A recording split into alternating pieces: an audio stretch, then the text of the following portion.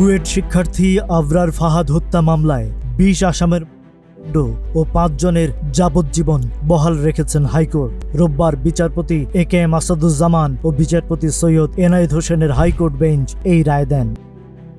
রায় ঘোষণার পর গণমাধ্যমকে প্রতিক্রিয়া জানিয়েছেন আবরার ফাহাদের বাবা বরকতুল্লাহ ও ভাই আবরার ফাইয়াজ। তাৎক্ষণিক প্রতিক্রিয়ায় বরকতুল্লাহ জানান, আজকের রায়ে আমরা আপাতত সন্তুষ্ট।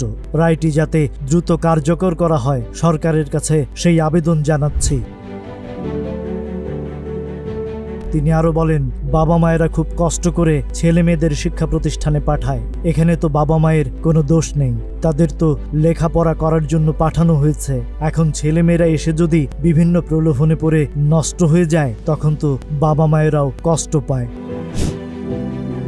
বরকতুল্লাহ বলেন, ছাত্রদের কাছে আমার আবেদন থাকবে তারা যেন এই সমস্ত খারাপ রাজনীতিতে জড়িত না হয়।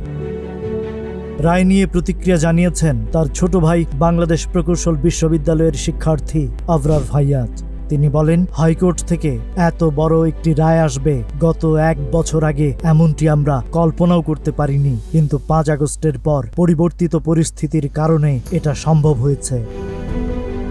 ক্যাম্পাসে ছাত্র রাজনীতি বিষয়ে ফাইয়াজ বলেন, বিষয়টি নিয়ে ছাত্র সংগঠনগুলো কথা বলতে পারবে, কিন্তু আমরা চাই যে পরিণতি আবরার ফাহাদের হয়েছে সেটা যেন অন্য কাউকে বরণ করতে না হয়। বিষয়টি নিয়ে সরকার ও ছাত্র সংগঠনগুলোকে ভূমিকা নেয়ার জন্য আহ্বান জানান তিনি।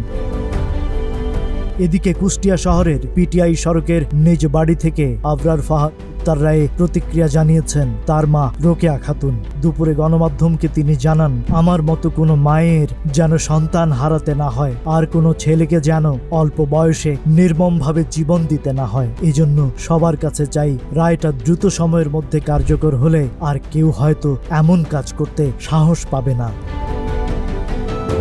Rajib Raihan, news flash 71।